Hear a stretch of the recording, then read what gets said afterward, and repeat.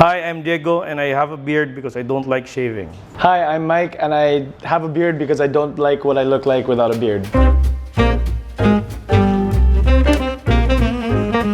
I've had my beard for like the last 12 years. Like I maintain it every like once a week. And I think I've only shaved down to like bare skin maybe 2 or 3 times in the last 12 to 13 years. So it's really weird.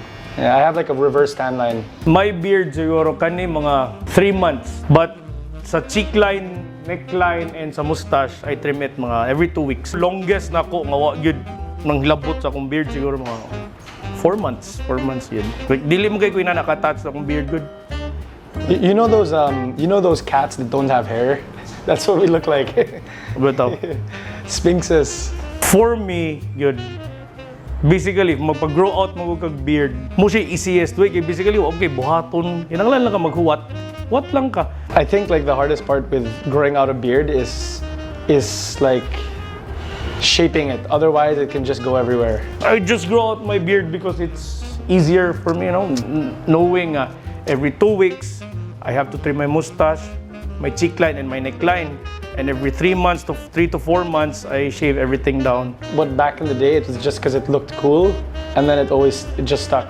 I think it's just the aesthetic of like your personality, you know. I think with what Diego has, he commits to it, you know, because there's like that middle period where it's like not so long, and you're like, oh, it's not quite the length. For me, when I get out of the shower, you have to air dry it first. Part of having a beard is you don't have to care as much about, you know, because when it looks scruffy, it looks more natural, and I'm going for the more natural look, you know, like I don't have lines here. It goes up to my eyes, but same as Mike, I don't want to go to up to my eyes.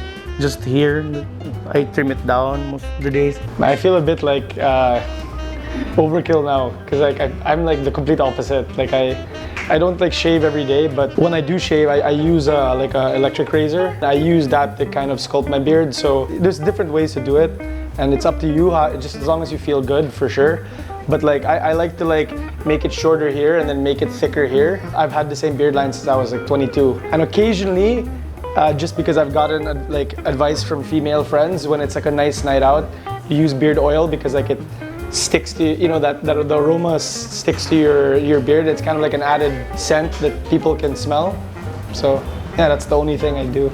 Different magud ang beard kay di mo gud nimo siya pwede di siya murag semi-upaw ba ngay uno nimo tanan, isiro nimo tanan. General rule ana is ang imuhang Adam's apple, bulubol nimo 2 thumbs mo na siya.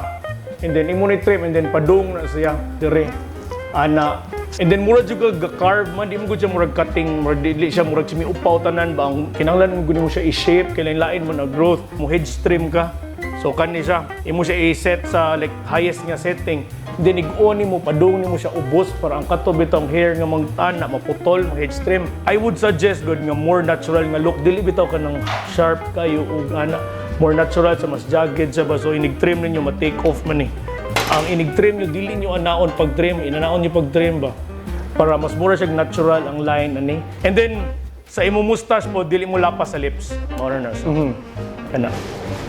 Yeah, like mine's the same as Diego, actually, very similar. So my advice for sculpting your beard, whether it's short or long, if you want to have a rugged look but still kind of clean, use the wheel or the guard on your razor. So for example, for me, at the end of my beard, I use 10. So I want it to be a bit longer, and as I go back towards the neck, I lower it a little bit, so like I put it at 5, and I go the opposite direction, kind of like to give it a fade. That way it gradually gets longer to make sure it stays clean, but at the same time natural. Because for me, I don't really want like a sharp line. So I'll if the rest of my beard is, let's say, a 10, I'll kind of fade it a little bit so it kind of gets shorter as I go up my cheek, and then here I just clean it up. Hi, I'm Diego. Hi, I'm Mike. And catch our beard stories on Keeta.